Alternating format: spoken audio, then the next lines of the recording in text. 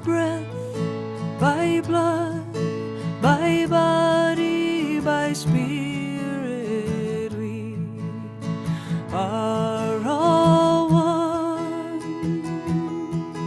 By breath, by blood, by body, by spirit, we are all one.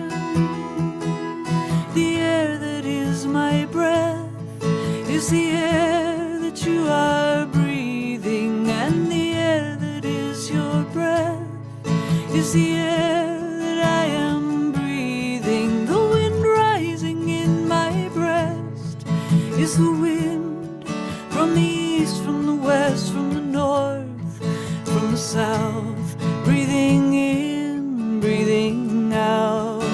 By breath, by blood, by body, by spirit, we are all one. By breath, by blood, by body, by spirit, we are all one. The water that is my blood, my sweat, tears from crying, is the water that is your blood, your sweat, tears from crying, and the rising of the tide is in our veins, and in the ocean wide we are in the rising steam, rushing a river, running stream.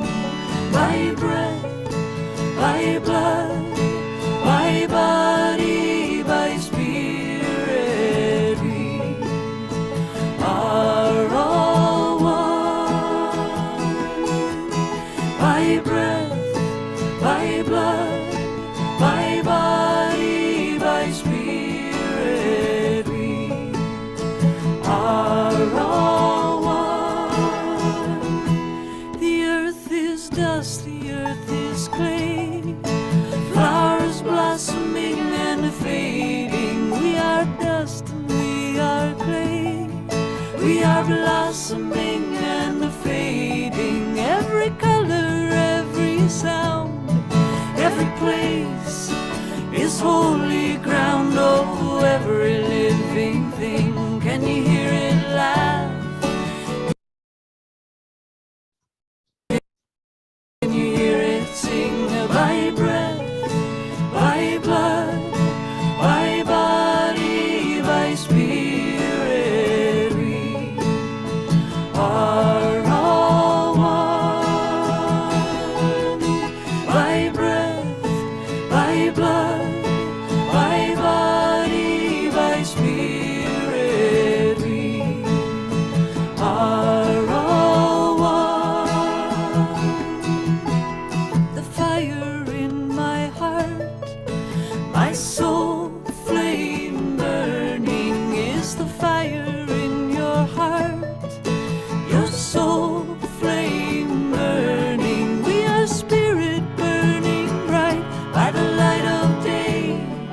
In the dark of night we are shining like the sun and like the moon, like the Holy One. By breath, by blood, by body, by spirit, we are all one. By breath, by blood, by body, by spirit, we are all one. By breath, by blood, by body, by spirit, we are all one. By breath, by blood, by body, by spirit, we are all one. By breath.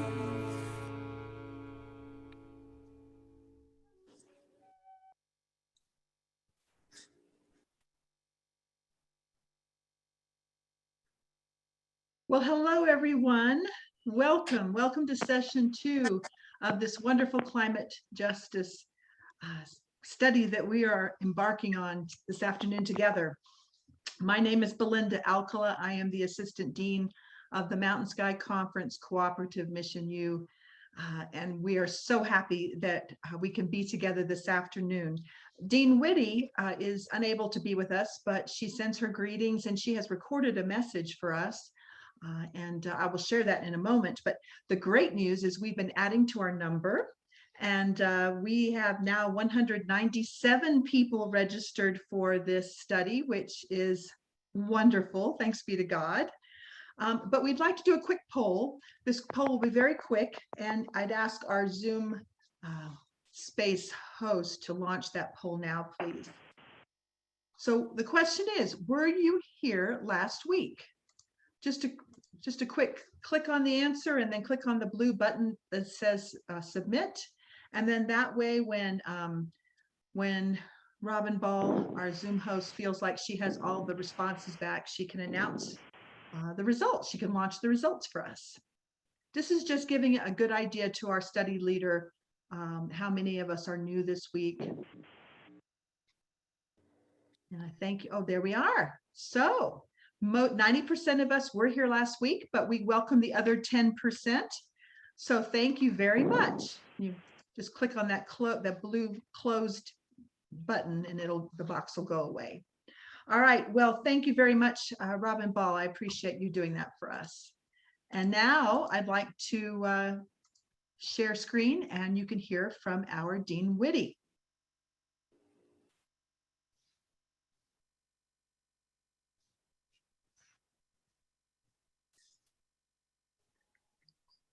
Hello, I'm Kathryn Witte and I'm back. I'm this year's Dean for Mission U. We're here for session 2 of our climate justice study. We sure appreciate your patience as we worked through our meeting room capacity last week. I hope those who missed it were able to watch it on the recording or will be able to watch it soon. The link came in this week's Zoom link and support material from our registrar, Laura Fulton. Thanks once again to all the talent on our planning team. And in addition to working out our glitch, we made it through session 1 in flying colors. Yay. Well done, everyone. Your participation in that chat, in the reports and the discussion is so valuable to this virtual space. And we sure invite you to continue that engagement in today's session. This week, our focus is on climate justice and injustice. Pastor Waveland will focus on how we got to this place and add to our understanding of it. Also, you'll be seeing some new names in the gallery today as our number of participants continues to grow. Welcome to all the new registrants. We know and we invite you to participate fully with us as you get used to this whole new thing we call virtual Mission U. This is probably a good time to review some of our most important Zoom tips. That will help us study together and honor each other's virtual space. Muting your microphone is the most important tip. It keeps ambient noise at bay and it keeps the noise down for everyone. And just remember, on a computer and the microphone, the video icons are usually together on the lower left screen. And we also ask that if you can change your video name in your video box, that it reflect your true name. So if you need help with that, just ask Linda Cockett or Robin Ball, our hosts today, to help you do that. The second most important thing is if your internet bandwidth is weak, you may want to just mute your video to allow your full participation through the audio portion. Third, we recommend the side-by-side view for the meeting. View settings are usually located on the upper right of your screen or under the dots on your iPhone or iPad. And finally, the session is being recorded. However, the breakout rooms will not be. They're confidential. And please, if you're having any kind of technical difficulties, please don't hesitate to call Linda Cockett at 307-575-3462. And you may want to jot that number down just in case, and you'll also see it in the chat. I also want to remind us of our covenant of grace and the ground rules of respect that we hold for each other during this study. Listening, speaking, trust, our emotions, and unfinished business are all a part of how we are to be mindful of this space and our study together. Another name to remember today is that of Kathy Speech Ferguson. She is our UMW spiritual growth leader, and this year she is also our compassionate listener for this study. So she can be reached at 406-925-1994, and that number will also be in your chat from time to time, so that you can call that should you feel anxious or really just want to talk to someone. I'm really sorry not to be with you in person today. I am the queen of double booking and plan to join you again next week. This week's study is full of great information, and you'll be able to take it back to your church, your community, and to your home. Enjoy session 2 of Climate Justice, a call for hope and action.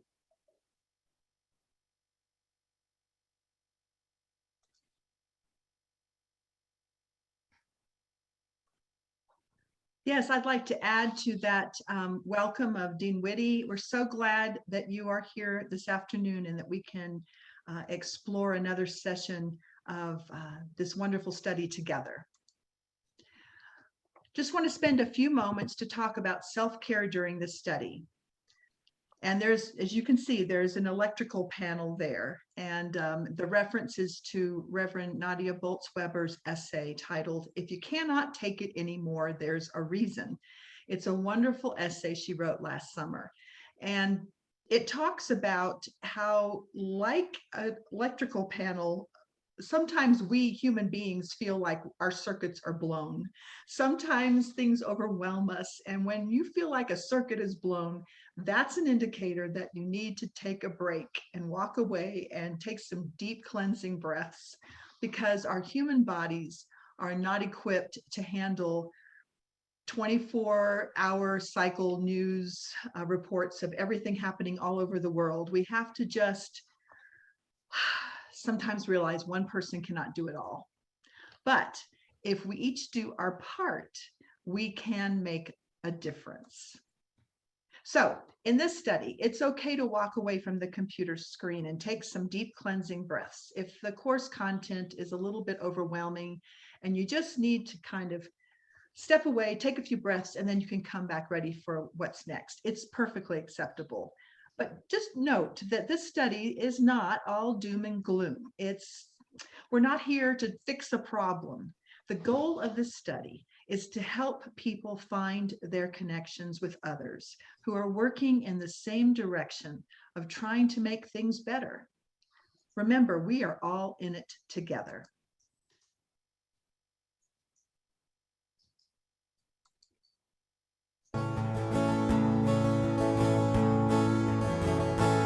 Just my hands can't tear a prison down, and just your hands can't tear a prison down.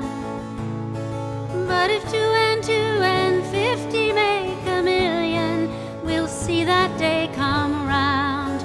We'll see that day come around. Just my voice can't shout to make them hear. Just your voice can't shout to make them hear. But if 2 and 2 and 50 make a million, we'll see that day come round. We'll see that day come round.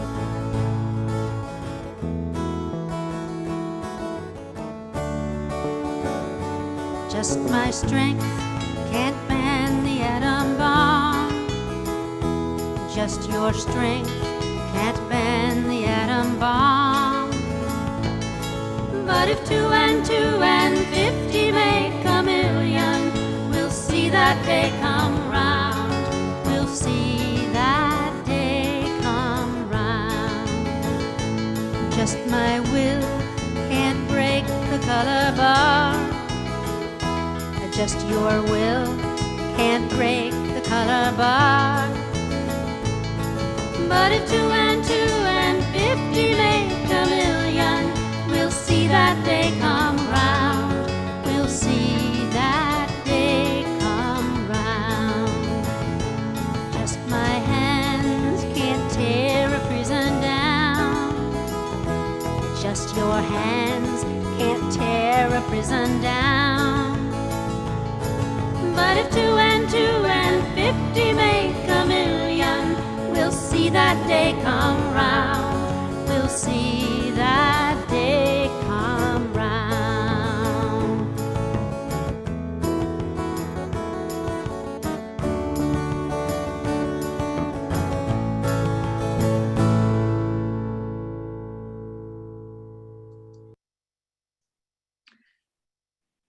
So more self-care tips. A note that midway in this session, we will take a break and you will be encouraged to step away from the computer screen for your comfort break. Stretch, get a drink of water, open a window, go outside, breathe in some fresh air. And then before we continue with the next portion of the study session, I will invite you to participate in a 1-minute breathing exercise when we can collectively calm our spirits and our minds. And just one last reminder about what Katherine said, our dean said, we do have a compassionate listening service available. And if you would like to speak to someone after the session, Kathy Speech Ferguson will make arrangements for that. Please just text or call her cell phone number and she will contact you after this Zoom gathering. Thank you so much. And now I am happy to introduce our study leader, the Reverend Waveland King. The Reverend Waveland King is the pastor serving the United Methodist Churches in Superior and Alberton in Western Montana. And during the past 30 years, his ministerial appointments have moved him to a variety of environments: the desert, the oceanfront, prairie, and now he's in the mountains in Western Montana. And this has given him a deep appreciation of the vastness and diversity of creation. Pastor Waveland says he loves being outside and soaking in God's creation. He's also passionate about social justice issues, concern for the poor, feeding and challenging our hearts and minds, and sharing God's love. So he has been deeply saddened, like a lot of us, by the climate crisis, by the immense harm it seems poised to do to life on this amazing planet that we call home, and most of all by the injustice, conflict, and divisiveness it's causing among people. Understanding and addressing that injustice is the subject of this course, as we seek ways to find hope for the future and actions we can take today. His love for creation, commitment to climate justice, and 30 years of ministerial service make him eminently qualified to teach this study. Welcome, Pastor Waveland. All right. Thank you. It is good to be here, and I am delighted to be moving into this next session.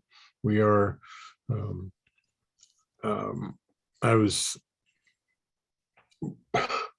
one of the things that I need to explain, I think, is that as we were putting this session together, the way that the book is set up actually talks about climate injustice and justice this week. And we are going to be looking at that actually next week. This week, we're looking at the nuts and bolts of what climate change is and why that makes a difference. So I wanted to just alert you to that, and I hope that will be a good change. Then next week, we'll look at the injustice and justice issues and how they affect real people along the way. So.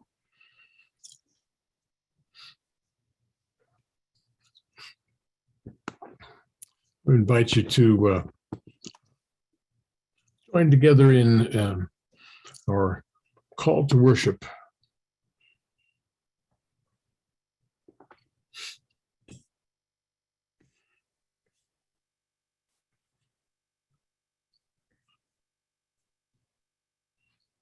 Let's see.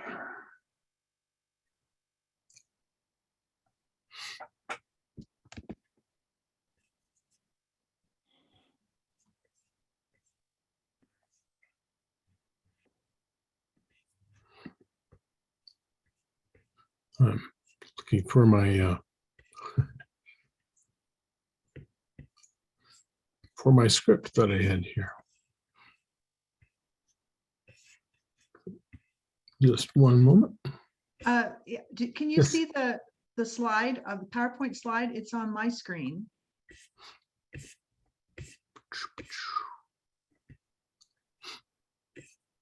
Oh, okay. I'm sorry. I'm going to share with you a call to worship based on an oration from Chief Seattle. No. We invite the participants to share the responses that are printed in bold aloud, but on the mute setting. Every part of this earth is sacred. Every shining pine needle, every sandy shore, every mist in the dark woods, every clearing and humming insect is holy. The rocky crest, the meadow, the beasts, and all the people all belong to the same family. Whatever befalls the earth, befalls the children of the earth. We are part of the earth, and the earth is part of us. The rivers are our brothers. They quench our thirst. The perfumed flowers are our sisters. The air is precious, for all of us share the same breath. The wind that gave our grandparents breath also receives their last sigh. The wind gave our children the spirit of life. This we know, all things are connected. Like the blood which unites one family, all things are connected. Our God is the same God whose compassion is equal for all. For we did not weave the web of life. We are merely a strand in it. Whatever we do to the web, we do to ourselves. Let us give thanks for the web and the circle that connects us. Thanks be to God, the God of all.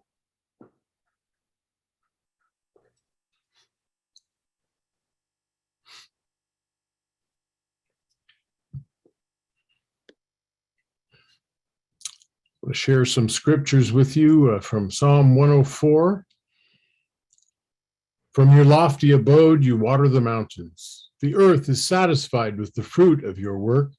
You cause the grass to grow for the cattle and plants for people to use, to bring forth food from the earth. The trees of the Lord are watered abundantly. The cedars of Lebanon that he planted, in them the birds build their nests. The stork has its home in the fir trees. O Lord, how manifold are your works. In wisdom you have made them all. The earth is full of your creatures. And from John chapter 1, in the beginning was the Word, and the Word was with God, and the Word was God. He was in the beginning with God. All things came into being through him, and without him not one thing came into being. What has come into being in him was life, and the life was the light of all people. The light shines in the darkness, and the darkness did not overcome it.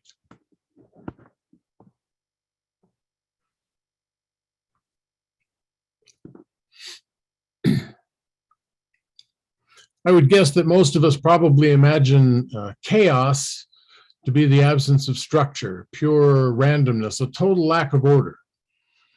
But the mathematical study called chaos theory has shown that it's actually quite the opposite, that chaos is amazingly structured, startlingly complex, but quite unpredictable.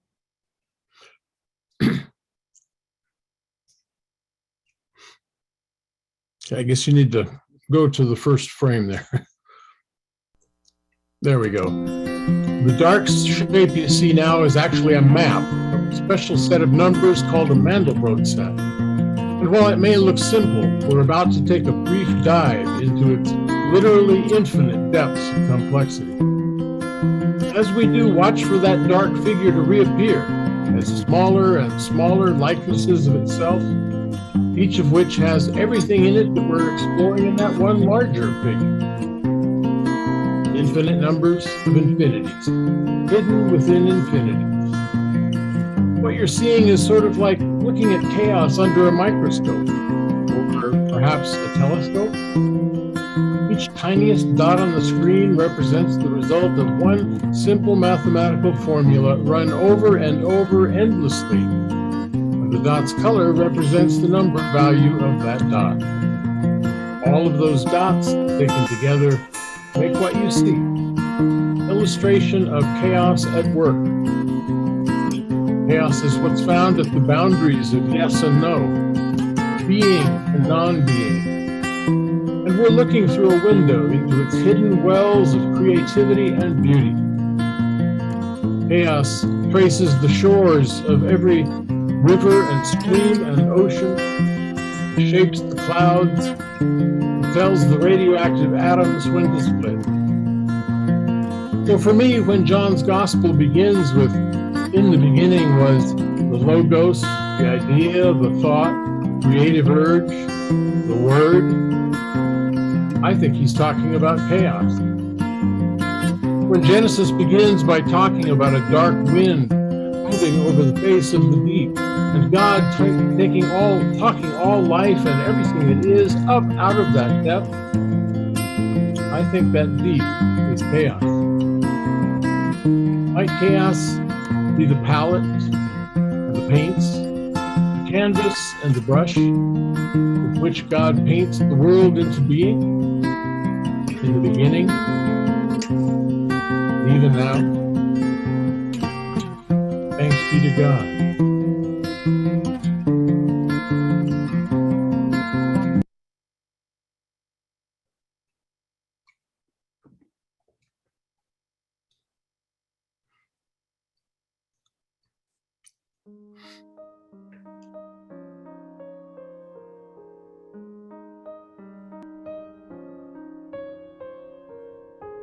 I am your mother, do not neglect me. Children, protect me, I need your trust. My breath is your breath, my death is your death. Ashes to ashes, dust into dust.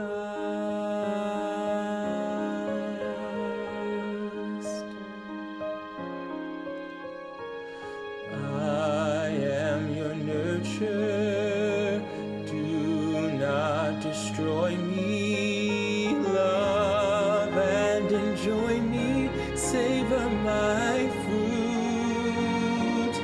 My good is your good, my food is your food. Water and flower, branches and root.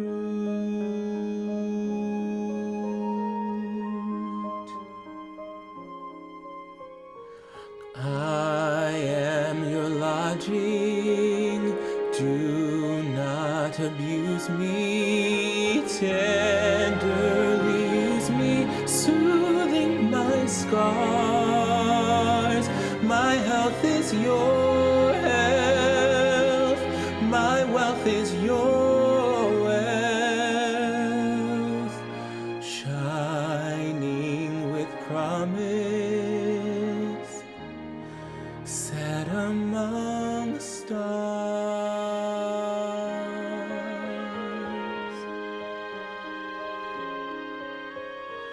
God is our maker, do not deny God. Challenge, defy God, threaten this place. Life is to cherish, care or we perish. I am your mother, tears on my face.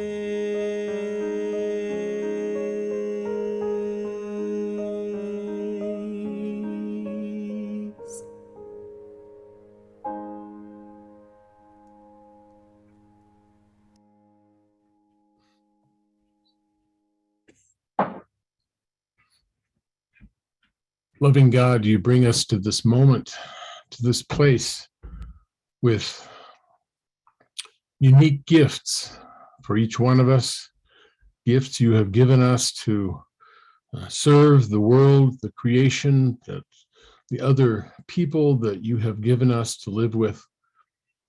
Be with each one of us as we pursue this study, as we seek our path of faithful service in this world, and as we work toward a world in which we are living in harmony, as you would have your kingdom be. We ask this in Jesus' name, who gathers us and teaches us. Amen.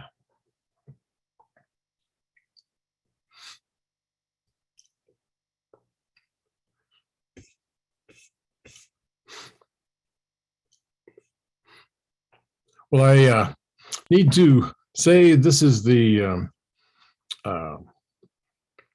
we have this arrangement with the music and the video on the, and my speaking on the last part, the devotion there, and I'm told that the music was too loud for some people to be able to hear what I was saying. So I will send that out, those words out on an email after the study here today. So I apologize for that. So what is climate change?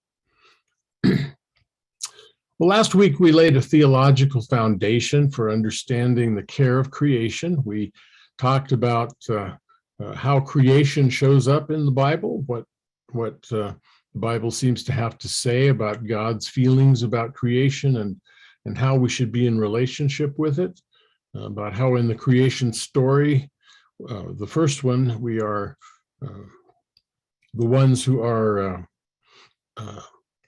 built out of God's image. And in the second story, that we are given stewardship over the animals and the life on the earth. We looked at the idea of stewardship and how different it is from the idea of dominion or domination, certainly. And we are moving that in the direction of understanding how climate change actually connects with that creation care. Climate change itself is unavoidably, to some extent, technical. And I know that that's not where most of us live our lives. We don't, most people don't live in a world that has a lot of technical detail. But this is one of those places where we need to understand a few basic terms about climate change in order to understand what it is that we're talking about with this thing that is driving the climate injustice. There's some basic terms, for example, climate versus weather. Weather is the short-term changes that happen on a daily or even a seasonal basis in temperature and precipitation and so on. Climate, on the other hand, is the long-term changes that occur, and those are very slow normally and happen over hundreds or thousands of years in the natural cycle. And what we're seeing now is a much faster rate of change in the climate, which is then driving changes in the extreme weather patterns as well. There are terms like greenhouse gas and its effect. And we're going to see a video in just a moment about that. There's the idea of externals, which one of the videos I believe will refer to, and that is simply that it's tempting when we're talking about some sort of a system to leave out some of the inputs or outputs, the things that go into causing that effect, and some of the effects, the consequences of that effect. So, for instance, with climate change, we might be looking at some of the things that go into making it and not others, and we might be taking into account some of the things that are resulting from it, but not others. And the things that we're leaving out are called externals, because we need to work on bringing those into the picture that we're trying to understand. There's the idea of emergent order. Emergent order simply means that there are things that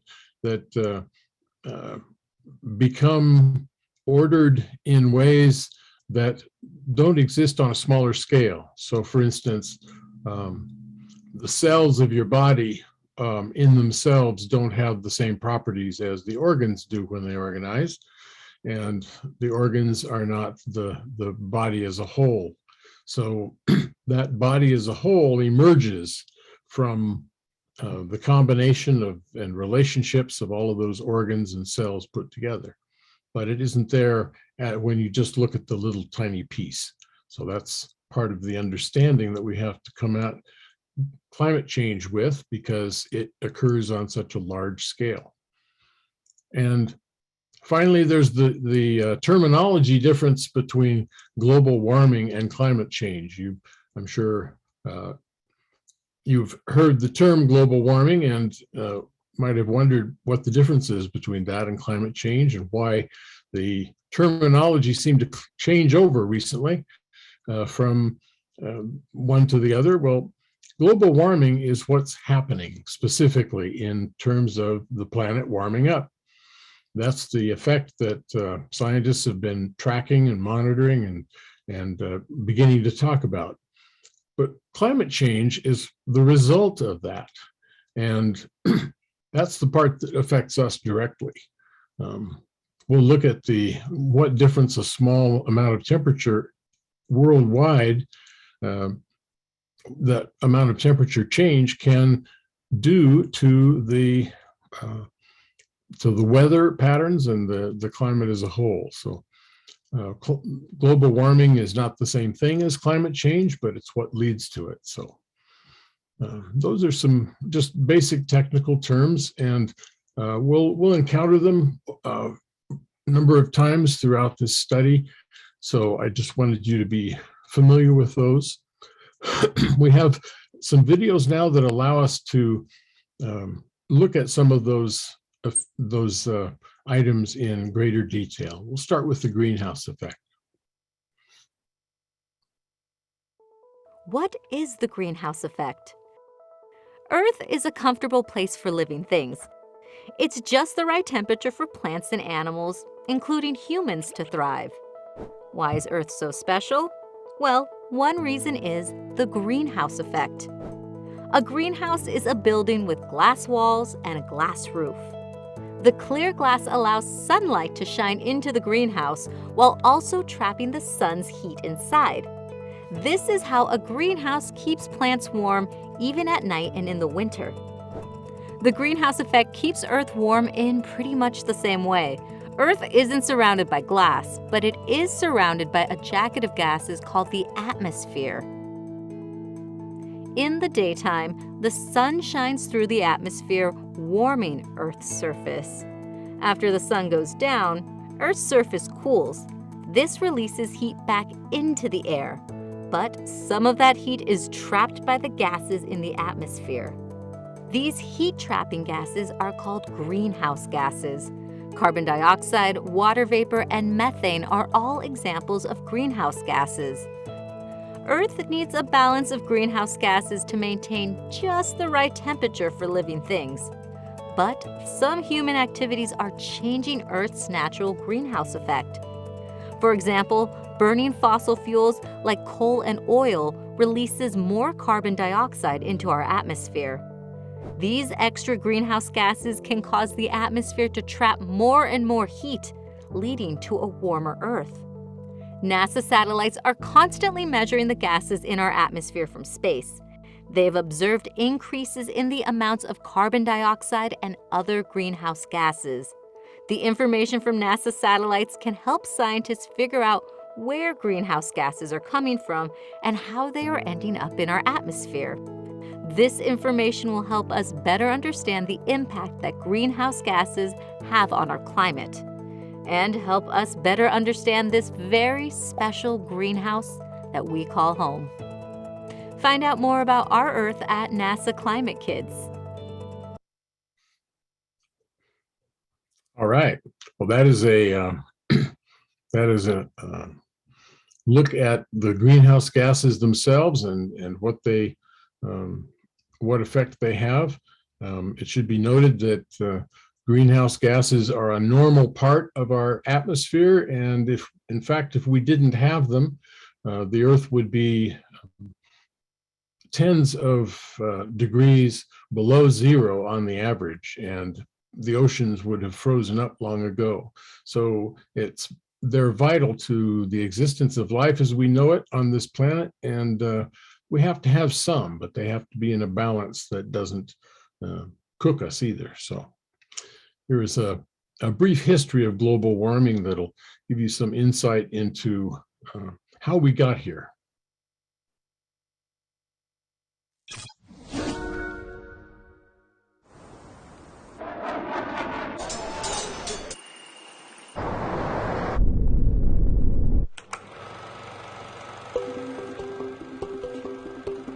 Our story starts in 1896 in Sweden with this guy, Svante Arrhenius, a chemist.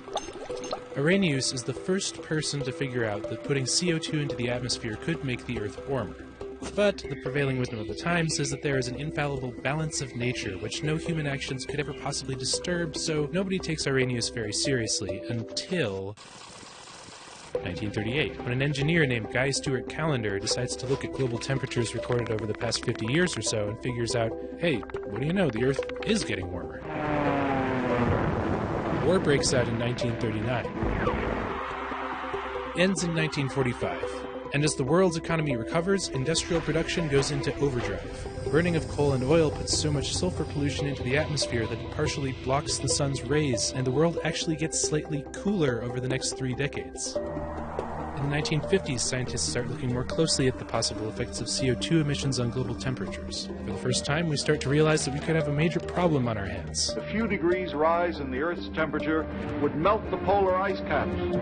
But the Cold War is in full swing, and we have more immediate existential threats to think about, like nuclear holocaust. Duck, and then cover. In the 1960s, the cooling trend continues, and there's even some fringe speculation that we could be heading for a new ice age. That all changes in the mid-70s when temperatures start going up again. The phrase global warming makes its first appearance in a 1975 research paper. Temperatures keep rising throughout the 80s, and 1988 is the hottest year ever recorded to that point. This gets people's attention, and global warming starts to enter mainstream public awareness for the first time. Human activities are changing the atmosphere. We face a global environmental crisis. The global threat of climate change. Yes, that's Margaret Thatcher, one of the first world leaders to speak out about climate change. Interesting, right? Anyway, in 1995, an international group of scientists issues the first public statement that there is a discernible human influence on global climate. In 2001, they predict that 21st century warming will leave the 20th century in the dust.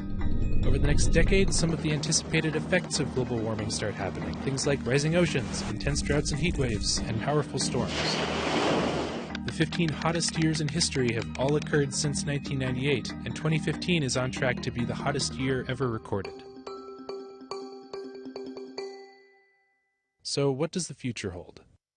If we curb CO2 emissions, temperatures could rise as little as 2.5 degrees Fahrenheit by 2099. That would be manageable.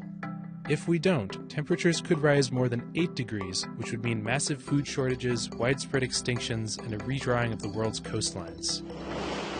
The story of global warming will end with a changed climate. That's inevitable at this point. How much it will change remains to be seen.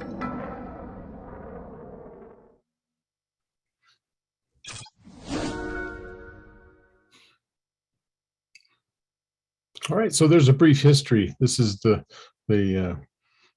sequence of events that has led up to us having an awareness of the fact that the planet is overall getting warmer. And you would note that there is a period in there where around the 70s when things were actually getting cooler. And as they said, that was because there was a lot of sulfur that went into the air during that time, and sulfur has the effect of absorbing and re-radiating some of that heat, blocking it from coming in from the sun. So that actually reversed some of the effect of the increased greenhouse gases and cooled the planet off a little bit for that period of time. But then it started to warm back up, and so now we've been on a steady increase ever since, and the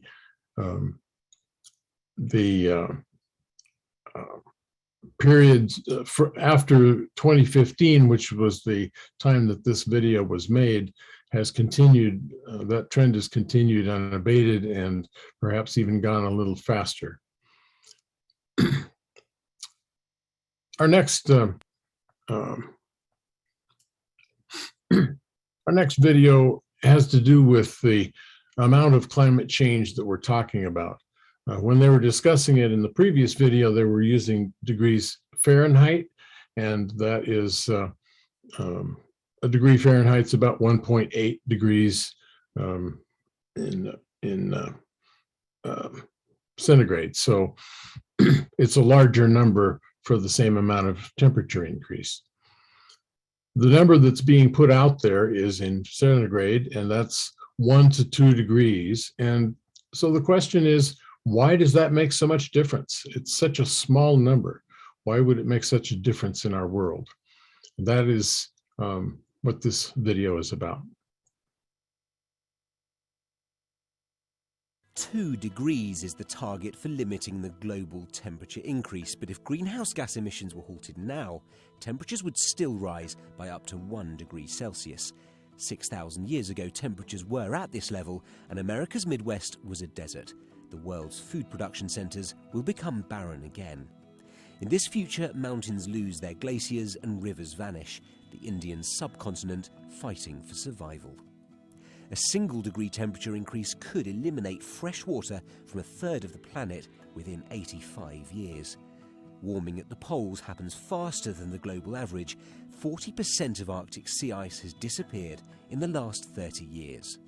While ice reflects heat, oceans absorb it. So as ice melts, the process becomes self-reinforcing. More ocean surface means more heat absorbed, which raises temperatures, making the ice less likely to reform. Mountainous regions are at greater risk of landslides as the permafrost which held them together for thousands of years melts away. Low-lying countries like the Maldives are submerged as sea levels rise, and countries already hit by hurricanes face ever greater storms. At a 2-degree rise, people begin to die in what are now considered normal summers. In 2003, with temperatures 2.3 degrees above average, 52,000 people died across Europe. Plant growth slows down, then stops. They don't absorb carbon dioxide as efficiently, instead emitting it. The extra carbon sees global warming spiral out of control. 125,000 years ago, when temperatures were 2 degrees higher, sea levels were up by 6 meters. Today, that extra water makes up our polar ice, which is melting. By the year 2100, sea levels could rise by a meter, displacing 10% of the world's population. In this 2-degree future, ecosystems across the globe collapse as species migrate and fall out of sync. A third of all life on Earth faces extinction. Scientists say we can still avoid a 2-degree rise if we limit our carbon emissions to no more than 2.9 trillion tonnes. We've already used 1.9 trillion tonnes. We have 1 trillion left to use between now and forever. At the current rate, we'll use it in just 21 years.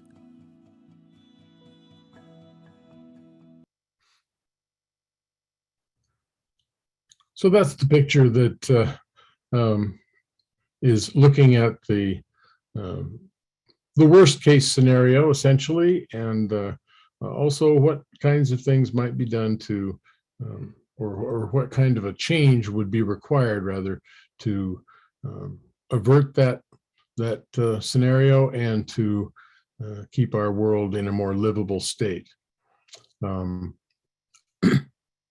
It really turns out that it really is a big deal whether that average temperature increases or changes by 1 degree Celsius or 1.5 or 2 degrees, or even more, when that seems like such a tiny difference compared to the wide swings that we're used to from day to day and from season to season.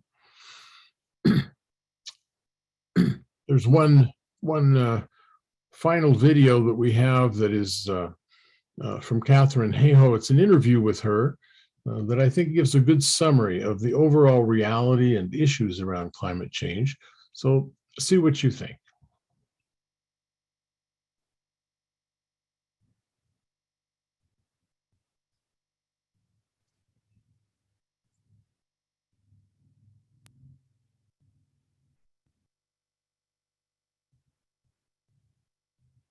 Of climate change.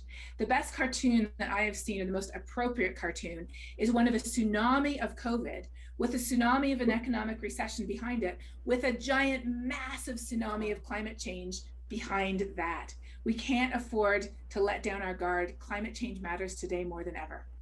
Wow, I love that perspective. Thank you for that. Now, we continue to see so many examples of extreme weather as well, from severe snowstorms. You know that specifically because you live in Texas, where we saw the recent snowstorm. Some will say that this is a fluke. The rest of the world will see it as climate change. How do you convince people to really see this as a problem, to see climate change as a problem? One of the biggest ways climate change is affecting us where we live is by loading the weather dice against us. We always have a chance of rolling a double six, a crazy heat wave, a flood, even a hurricane reaching all the way up to the Maritimes. That happens naturally. But as the planet warms decade by decade, it's like it's sneaking in and taking one of those numbers and then another and turning them into sixes and even giving us a 7 on our dice. So all of a sudden we're seeing wildfire seasons like California experienced with apocalyptic orange skies. We're seeing hurricanes in Texas dropping 50 inches of rain in some places, and 3 500-year flood events occurring in 3 years.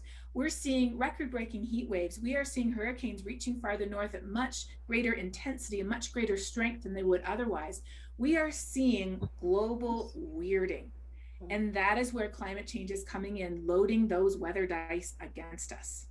We hear now that there was a slight dip in carbon emissions last year during the global lockdown that we all experienced. Have we seen the Earth kind of replenishing in some places, but not in others? We have seen that our carbon emissions last year dropped significantly. In the month of April, they dropped 17%, and over the whole year, they dropped 7%. And this is encouraging because it shows that if we take action, we can truly make a difference.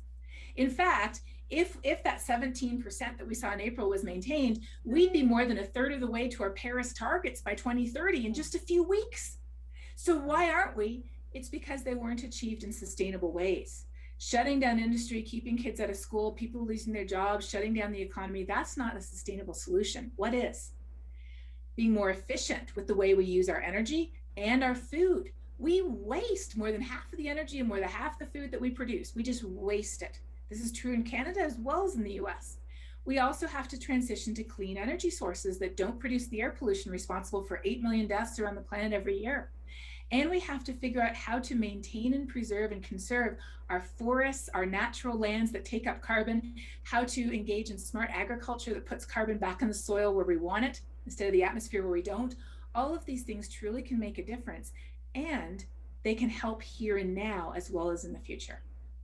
And as you talk about that, Katherine, it's so polarizing. As you know, here in Canada and the US, there are strong feelings when it comes to carbon taxes and pipelines on one hand and climate care on the other. How do we rally Canadians around caring for our environment without it becoming so polarizing when many are concerned about their jobs and their livelihoods?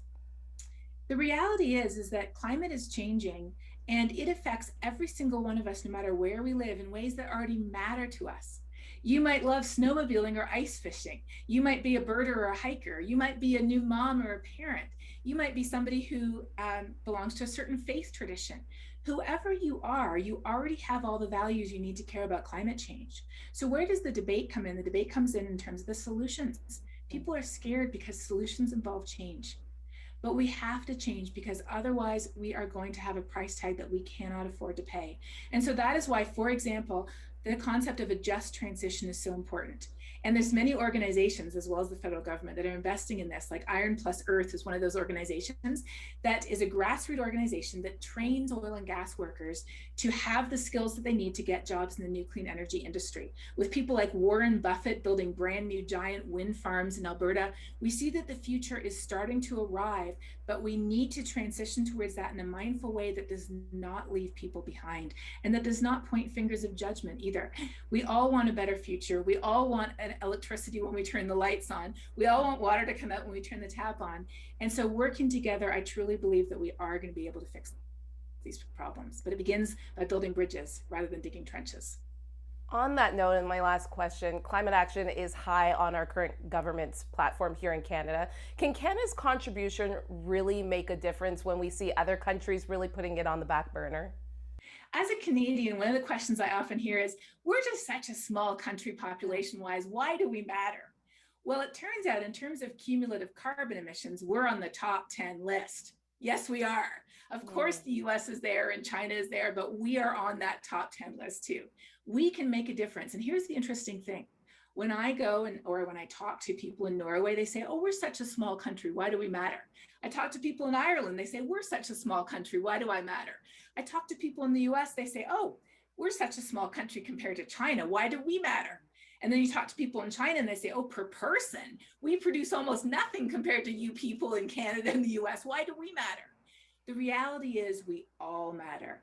Every little bit counts, and we can all do something to make a difference. And that change begins at home, it begins with us, and it begins with something as simple as having a conversation today about why climate change matters, how it's affecting us right here where we live, and what are some sensible things that every single one of us can do to help not only support provincial and federal action, but to make changes in our lives, our businesses, our schools, our place of worship, our communities as well. Because we all live here together, and like I said, we all want a better future. I love it, Katherine. You put things in such great perspective and make me feel like I can do something. I can change the world. Thank you so much, Katherine Hayhoe, for your time today. Thank you.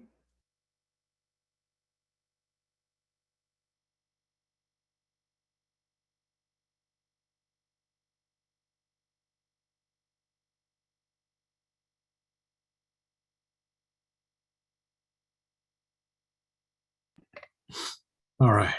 Couldn't find my button there. Well, I seem to have gotten a little out of sequence here of things that we're supposed to be doing. So is it possible to get our poll at this point?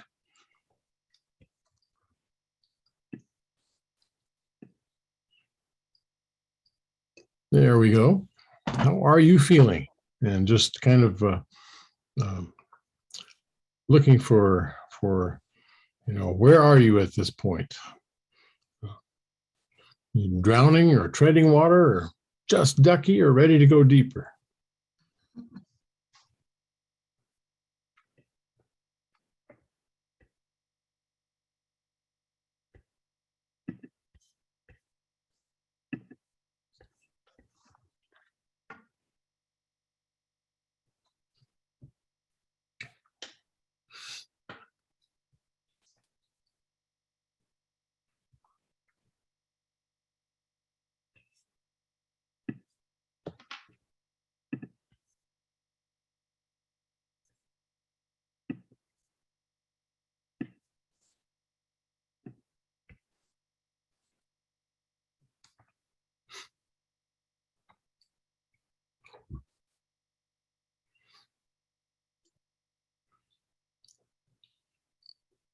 All right.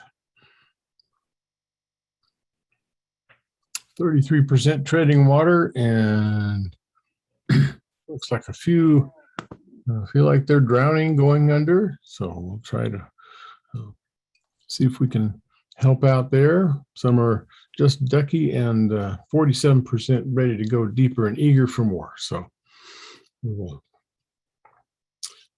try to unpack some of these things that we've been putting out there and see if that helps on all fronts. Right now, if we could do go to our breakout, we have a breakout to talk about the Katherine Hayhoe video that we watched, And the question is, are there things that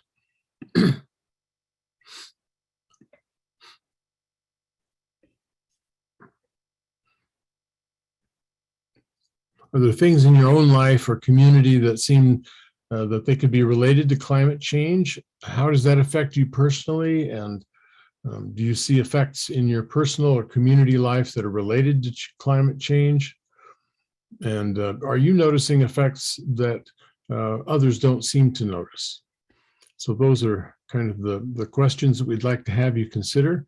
We'll go into groups of 5, and we'll be there for 10 minutes to discuss these and come back out to share with one another how those had happened. With that in mind, I'd like to ask that you appoint someone or find someone who will record those insights that you have and the questions that you have that arise around those questions, and we will talk when we get back.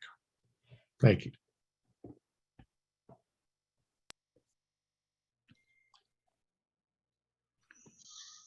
At this time, I would like to invite us to participate in a 1-minute breathing exercise where we can collectively calm our spirits and our minds. So please follow along in this 1-minute music video.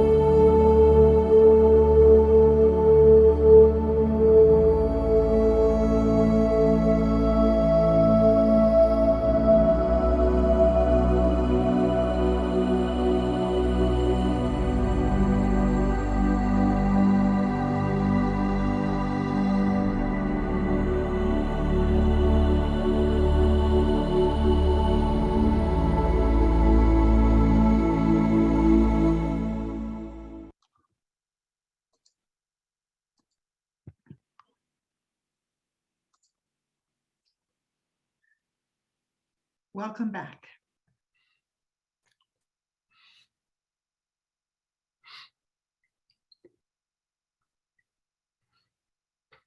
All right.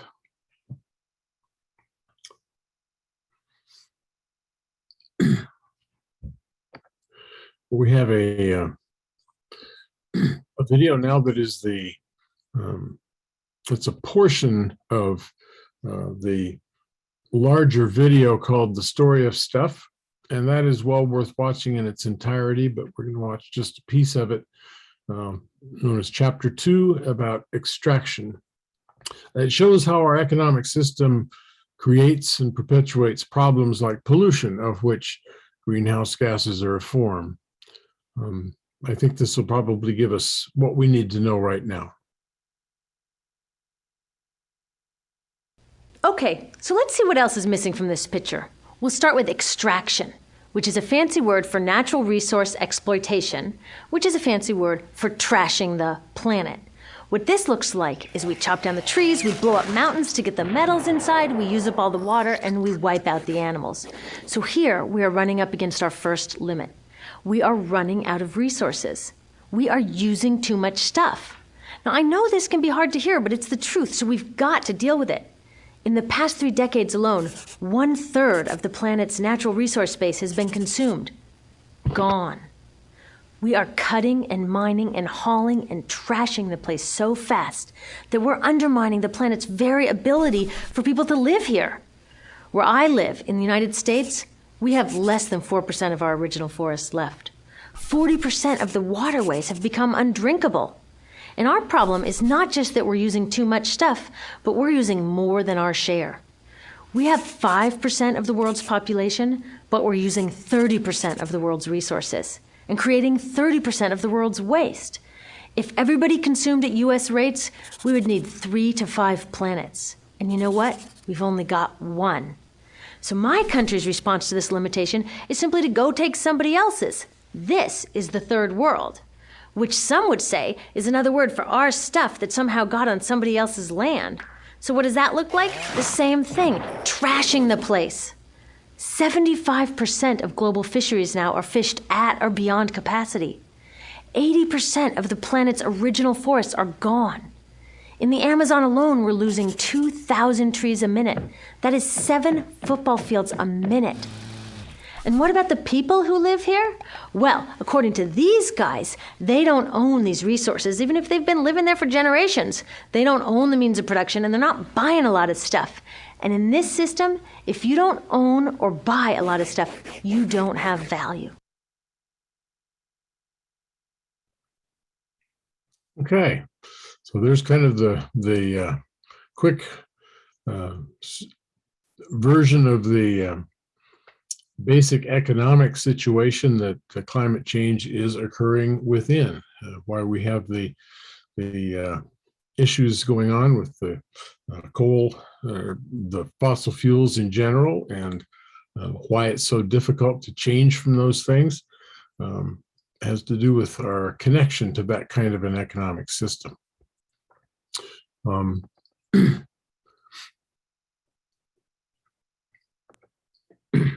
So I would like to look at another breakout. This time we're going to look at the questions of how has the pandemic changed your consumer patterns, or has it? And this is specifically with regard to the pandemic, but we're talking about this period of time, and so it might involve other things going on during that time. But the pandemic has had a huge effect on most of us, and so how has this changed your consumer patterns, if it has? Again, please select a recorder to report back to us and let us know how the discussion goes, and we'll see you in 10 minutes. Here's what it says as your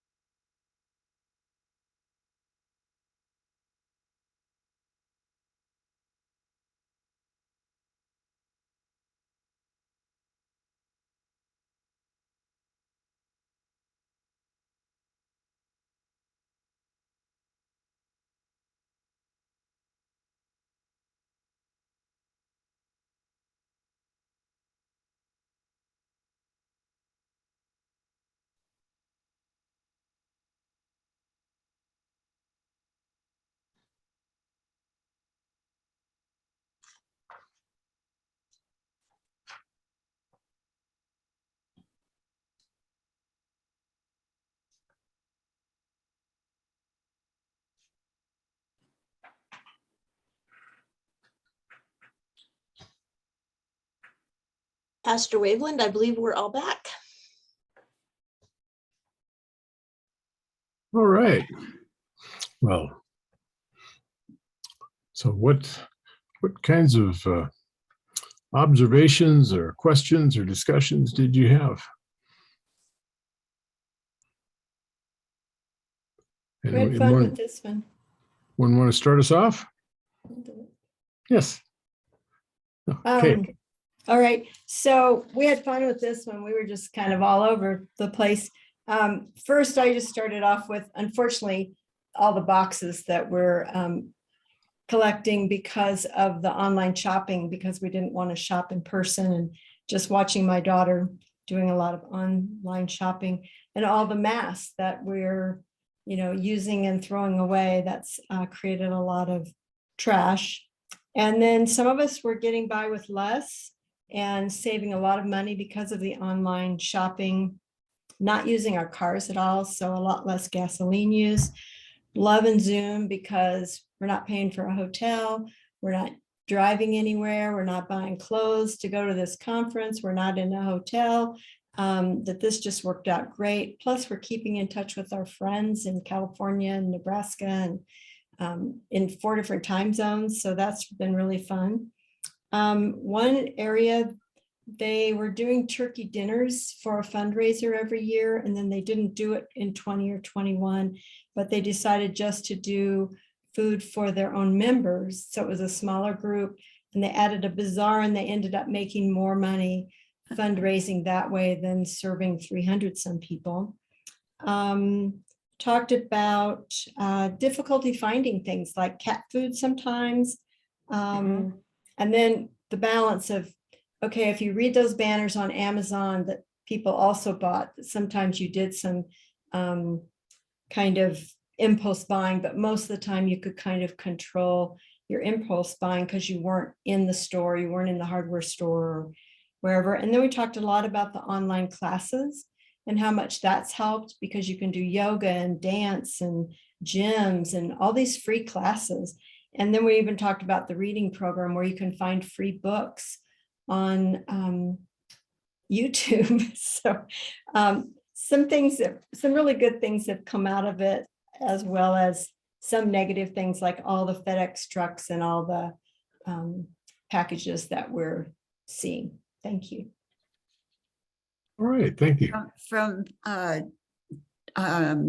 Unit 20, we talked about some of the things that's already been mentioned, but we also talked about we're eating out and cooking more, healthy meals, eating less meat, going on less cruises.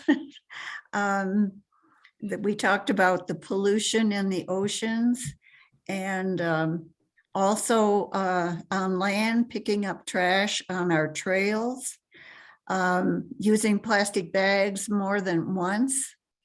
And we thought it was pretty curious about the toilet paper issues and people hoarding or whatever they did, but those shortages seemed pretty curious.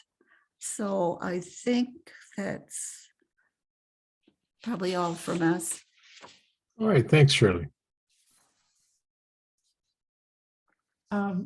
Breakout group 6, we talked about how it changed our patterns.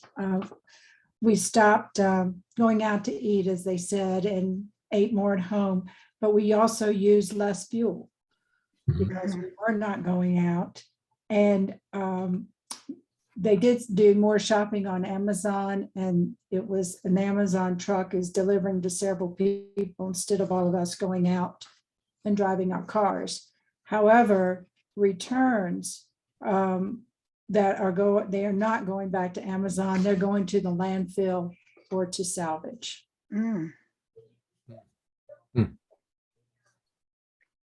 For group 17, the only new thing would be talking about electric vehicles, that people have more interest in buying electric vehicles.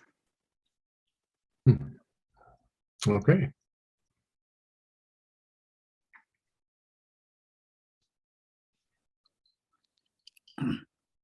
We didn't talk about this. I was in group 21, but everything that y'all covered, we did. But I did shop on Amazon, but I feel like I'm offsetting the fuel. Plus, I donate to a charity. You know, I chose a charity to donate to. So if every one of y'all would donate to a charity when you buy, you feel less guilty using Amazon.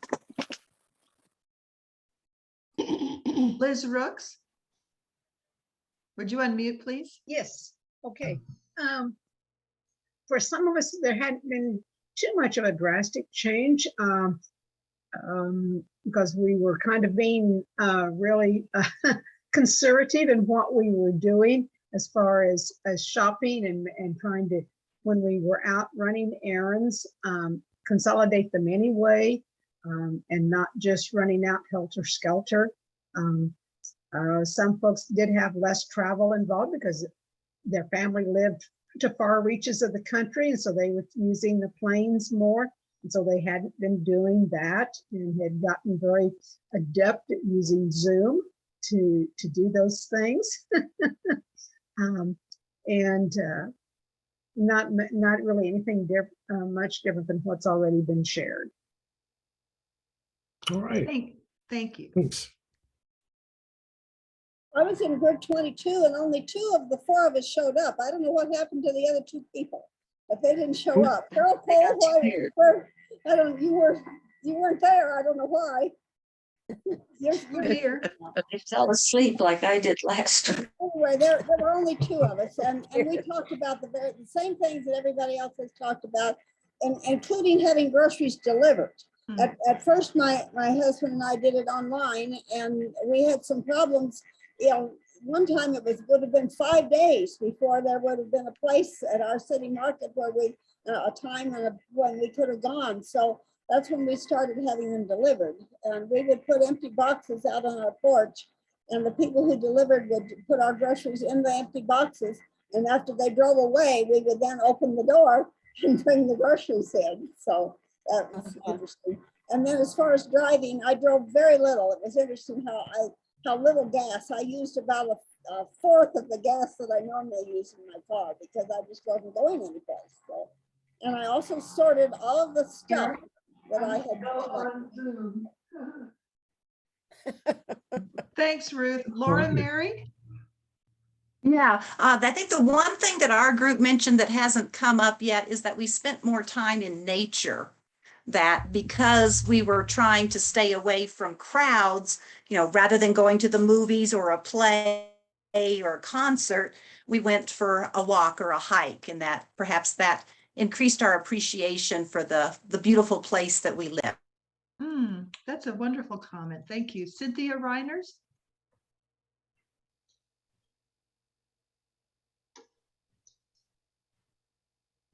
Cynthia, your hand's up. Yes. Yeah, I'm unmuted now. Thank you.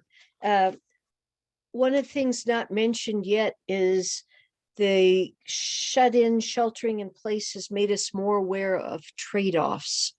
For example, really wanting to keep restaurants open, and most of those restaurants could only give you food in styrofoam, which is not recyclable. There are some places you can go and get the food in the original dishes and put it in your own dishes and take it home. But that was one kind of trade-off. Fewer trips to the beauty shops meant impact on those businesses, but also the use of fewer chemicals in case you were getting non-organic hair coloring or perming. So I think that's the main thing that we noticed, which hasn't been mentioned here, with the exception of adding, we got to meet more people in our neighborhood because of being outdoors in your landscape and talking to people as they walk by who were like you, sheltering in place and not gone at their place of work for 10 hours. Thank you, Cynthia. Deborah Bondi? Yes. What I discovered during this pandemic was the fact that I would go to the grocery store like every 2 weeks, but I would look for food in bulk and in bags that are reusable, not plastic. And so that helped a lot. And as well as that, we do have a business and we do get deliveries quite often, but we were not going out and buying things. They were coming to us, because a lot of the times, if we did have to go to like Home Depot or Lowe's, we would go there and the supplies would not be there because of the supply problems. So that's what we did. We did order because we couldn't get them in the local area. Thanks, Deborah. I call on Kayunjia. Would you like to unmute? Yes. Hi. Did you want to say something?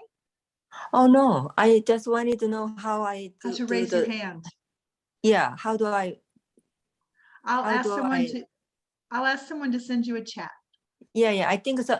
Mary Beth just sent me. Oh, Thank good. you. Of course, it's good to see you. Yeah, so the only thing I was gonna say was that even before the pandemic, I used to take a Pyrex bowl with a lid. So if our church ladies used to go out for lunch every month, so I would take that and then put some in there, the portion that I couldn't finish and bring it and put it in the refrigerator and then microwave and eat. So just one bowl will do the job. That's all. Thank you. That's a great idea. Thanks for sharing. Joanne Galvin? Yeah. So I think one thing that hasn't been mentioned is that we were able to show a greater appreciation and understanding of how the frontline workers were so important in all of this, and caring for those affected by COVID, the risks that they took, the lives that were lost. And I remember at the beginning, people going out at 8 o'clock at night and howling and showing appreciation in that. So I think that kind of brought them to the forefront and how, you know, important they are in our society. And then the other thing, you know, the ways that we communicate with each other, and I know we've mentioned Zoom, but before all this, TikTok was not a big thing, and TikTok is everywhere now. And, you know, people are TikTok famous and all this. So ways that we have found to connect with others because we were so isolated when all of this began. So that's beautiful. Thank you. Thank you. Bonnie Pearson? I just have I think we're sounding like we're talking about COVID. We're getting confused between what COVID did to us and then what environment is doing for us. I think that's we're going to get the questions confused here. A lot of us did a lot of changes because of COVID, not because of the environment. And because of COVID, we're adding to the environmental problem by using all the takeout containers that aren't recyclable. And but it's good that we talk to people more, that we are getting in nature more. That's sort of positive. Driving less, that's a good environmental thing.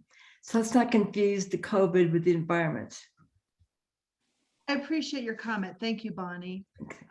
I do think that during this time of pandemic, we have been challenged. I mean, I don't know about you, but when you heard about seeing dolphins in the Venetian, the canals in Venice, where the water was clear again, you could see. I mean, I've lived in Italy and I've gone to Venice and the canals were awful. You do anything not to fall into one of those canals. But I mean, because we all had a collective time out in the world and we just sort of stayed put for a while. And it's amazing the difference it made to our planet.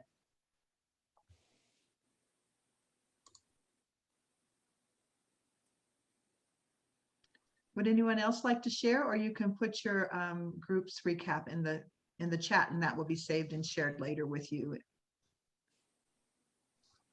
Some really good information in the chat.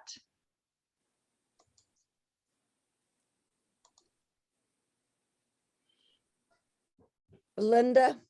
Yes, I put one thing in the chat that my 21 group mentioned and I had never thought of, was to save your Amazon orders so that less fuel is used to deliver to you and fewer boxes.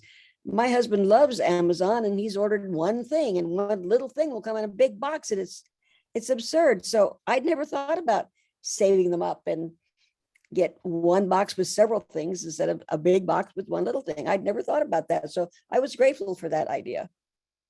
That's super. Thanks so much, Tish. That's a great comment. They're all great comments. Pastor Waveland, would you like to share some other thoughts with us, or anyone else like to talk? Does anybody else have anything that's burning there? Sometimes, though, I have ordered 5 things from Amazon, and they've come in 5 different packages. So I was going to say that too. True. It just depends on where they're coming from. That's true. Someone did make a comment in my group that the Prime vans around our neighborhood, that they're how do you say they're e-vehicles, electric vehicles, which is kind of cool. So Amazon's getting smarter too. But I don't want to give Jeff Bezos more millions of dollars. I'm sorry. I have a thing about ordering from Amazon for everything. I don't want to give him all my money. That's just a comment I had to make. He's going to the moon and I'm not. So I mean, you know, I'm sorry. I can't do it. My husband's a big Amazon person and I'm not. Well, that's a good point. It's one of those things that is a real dilemma that we face in looking at what are some of the solutions to things like the pandemic and the unique difficulties it presents us with, and also things like climate change, which present us with difficulties that we've never had to face before, and that we're not quite sure how to grasp, how to deal with. It's very easy for the solutions there to be sometimes they may even cause more difficulty than they're solving. We have been hearing a lot of expressions of pain and grief and frustration and even anger over this situation. And I think it's important to acknowledge that and work with that. And I think it's also important to not beat ourselves up over wherever we happen to be in this process of wrestling with and grappling with climate change and the issues that it causes. I mean, wherever you are is the best place to start in dealing with it. And Pastor Waveland, I see Susie's Yeah. hand up from Beulah. Yes, Susie. I didn't mean to interrupt. I just wanted to ask, you said we weren't really doing chapters 3 and 4.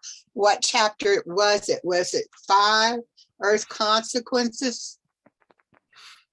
This was Or we were just sort of none of out those of chapters? sequence with this. We were doing chapters 3 and 4 just by virtue of going through the book. Yeah. But in terms of the topics, it's starting off with the justice, the climate justice earlier than I think was what we were wanting to get into. So that's all. Okay, so I'm not we'll behind. catch up eventually, but that's I think when That's we okay. first started this, I was kind of depressed when we first started seeing some of this, but with so many people having solutions just in our group, it's given me hope that we can do more and we'll carry it out into our friends and neighbors. And I'm very optimistic as this class ends. That's great. I'm glad to hear Hallelujah. that. That is definitely our intent. And one of the questions that we had was that this was, why is this a religious issue? And for me, the simple answer to that is that we live most of our lives disconnected. We live our lives as individual people or individual families or individual churches. And the reality is that everything is connected. And so we're not living with that awareness all the time. And religion helps to reconnect us, even if only for a time, with that greater self that we are, with that whole connected creation. And so that for me is kind of the answer of why we're needing to look at this from a religious standpoint. Another thing is that I mentioned the externals in systems and decisions that are being made. Those are ignored things that go in or come out of a decision or a process. Well, one of the things that we need to be sure and pay attention to is who are all the stakeholders. These are often externalized by just ignoring them. And often there are stakeholders that include like for instance, when the pipelines go through and ignore the input and needs of the Native American communities that they're going through, and they cause immense, grief and hardship in that regard. So one of the tasks that I think we have as we're tackling this as a justice issue is to try to reconnect some of those externalized things, whether it's pollutants that get left in the environment because we assume that they'll just go away if we throw them in the stream or whatever, or whether it's something that we assume that we can extract from nature and it won't have any consequences, whereas it's actually depleting something that's important, or whether it's the people that are involved, the stakeholders, and whether we're taking all of their voices and concerns into account. There really aren't any straight lines in nature or ecology. There are only cycles. Things go around and nothing comes from nowhere and nothing ever really goes away. So we have to be looking at how we can look at the world differently, look at our lives differently, to look at them as closed circles rather than as straight lines that come from somewhere and end somewhere, but we don't worry about where. I would say if you still have questions or confusion about any of this, that is a good thing. You are in good company. And questions are good. In a setting like this where we're all pulling in the same direction because they mean you're paying attention and thinking. And so if you have any more questions or experiences than we can get to right now, I urge you to put them in the chat and we will work on responding to them after the session today. And if something occurs to you after we're done, just send it to me in an email or to one of the leaders of the organizers of the study. I'm also going to send out some additional information in a follow-up email this week that I'll send out to everyone. But you know, not all questions are good. I think we need to keep in mind that when a question is used intentionally to distract or sow unwarranted doubt or to lend an aura of truth to a false assumption without actually stating it, that's a kind of disinformation. And there's a lot of that out there right now around climate change in particular, to the point it can be hard to know which way is up and what's really true, even when someone says they're just asking. And some of the disinformation can actually seem quite reasonable. I've chased a lot of those arguments around for a long time before I was able to figure out, so does this really make sense or not? Unless you know a lot more than most of us do about this stuff. So I'm going to share a link also in that email that I send out for a site with a list of all the common myths about climate change and the real info about them. It's footnoted with references to real scientific authorities if you want to go deeper and know more, but it's also very easy to read on the surface as summaries if that's all you want for right now. Because one of the biggest deceptions out there about climate change, frankly, is that it's controversial. It isn't, unless you consider the idea, for instance, that the world is round to be controversial. There's a lot of legitimate disagreement about what to do about it, but only a very small percentage of climate-related scientists actually have any disagreement about the main scientific conclusions. That climate change is real, that most of it now is being caused by human influences like burning fossil fuels and deforestation as well, by the way, and that the consequences of not heading it off right away will be really, really bad for humanity in only a few short decades, in ways we're already feeling, as worsening extreme storms, drought, wildfires, floods, ocean reef bleaching, and mass extinctions. So no, that part really isn't controversial. And so we need to not let ourselves be dragged into those bogus controversies.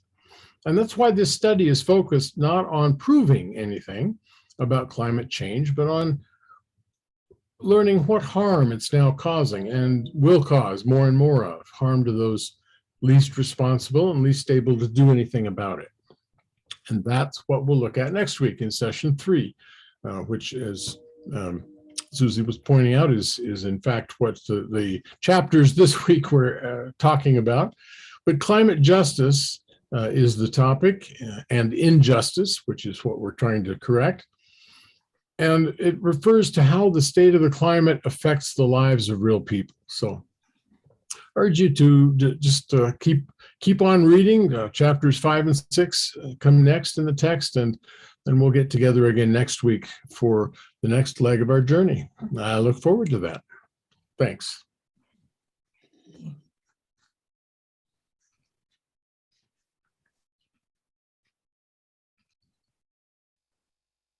Just wanted to have a few announcements, which are if your church already has a green team, yay. And if your church does not have a green team and you would be interested in starting one, you can go to our Mountain Sky Conference website and search, just put the words create green team, and you'll have a plethora of information at your fingertips. There are creation justice grants available. The deadline is February the 28th. Grants are to be awarded between $500 and $1,500. And for more information, you can go to the Mountain Sky Conference website and do a search for Creation Justice Grant to get more information. And lastly, the Just Love 2022 Lenten series. This will be Sunday evenings through Lent, beginning March 6th, and we will be exploring all kinds of justice issues. You can see from the first blurb, creation, justice, and climate change is one of the topics which will be discussed. And again, go to the conference website and search Just Love 2022 Lenten series. And now we invite Mary Ann Tabor to share the closing prayer. Please be in an attitude of prayer. All sustaining Spirit, you encircle space and time. You swirl and sing through every season. In silent stillness, you settle deep into the soul of creation. Your sacred wisdom has come to us this day in the words of ancient truth, through the words of present-day prophets, for the ones whose future well-being is formed by our response today. May our actions be formed by what has been spoken and heard and felt here today. Make us wise and faithful stewards of creation, sustained by your Spirit forever. Amen. Amen. Amen.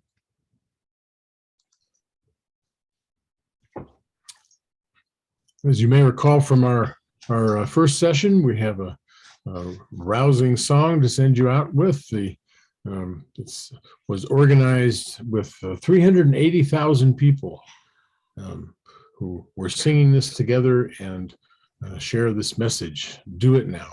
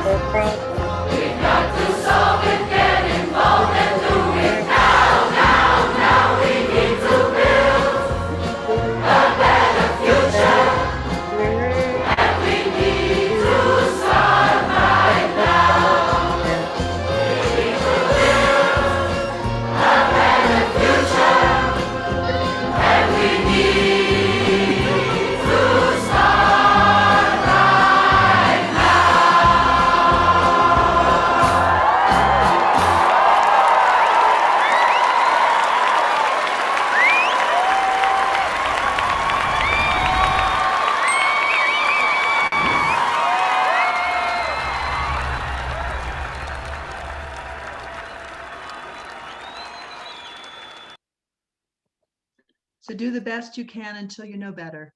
And then when you know better, do better. Tomorrow's Valentine's Day, so a Valentine's blessing to each of you. God is love. Never forget how much he loves you.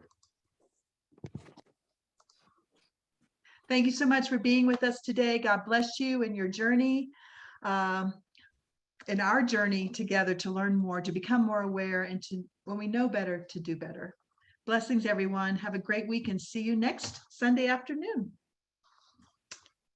Belinda, will Yes, you ma'am. copy the chat? Yes, I will. And thank you. I thank you for reminding me. Thank you. It always helps to have someone remind you. Doesn't hurt, it helps. I just saved it. Yay. Thank you. Thank you. Thank you for reminding me. That was brilliant. I hope I would have remembered, but Well, this was especially good today. thank you all for being with us. And this is quite a journey this month.